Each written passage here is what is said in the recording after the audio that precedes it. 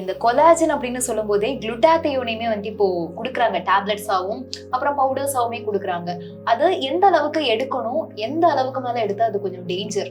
குளூட்டத்தியான் பத்தி நம்ம தெரிஞ்சுக்க வேண்டியது என்ன அப்படின்னா, இது ஒரு பயங்கரமான ஸ்கின் லைட்டனிங் ஏஜென்ட் கிடையாது. அப்படி வந்து அதை பிளேஸ் பண்ணவே கூடாது. ஆக்சுவலா அது எதுக்கு கொண்டு வந்தாங்க அப்படின்னா, ஹீமோதெரபி பேஷண்ட்ஸ்க்கு வந்து ரொம்ப அந்த டாக்ஸின் லெவல்ஸ்லேருந்து அவங்க பாடி ரெக்கவர் ஆகணும், எல்லா செல்ஸும் ரெக்கவர் ஆகணுங்கிறதுக்காக ஆக்சிடேட்டிவ் ஸ்ட்ரெஸ்ன்னு சொல்லுவோம். அதை இறக்கி செல்ஸை ஹெல்தி ஆக்கிறதுக்கான ஒரு molecule.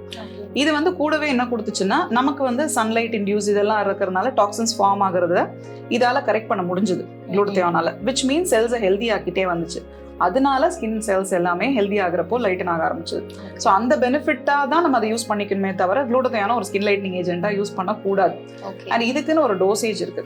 Like we test for everything. இப்போ ஒரு ஐவி குளூட்டத்தியான் எடுக்கணும்னு நினைக்கிறாங்க அப்படின்னா அவங்களோட லிவர் ஃபங்க்ஷன்ஸ் நார்மலாக இருக்கா, ஒரு அல்ட்ராசவுண்ட் அவங்க கிட்னி ஃபங்க்ஷன் நார்மலாக இருக்கா, இதை பார்த்துட்டு தான் நம்ம ஐவி ஸ்டார்ட் பண்ணலாம். Because loading dose is like that.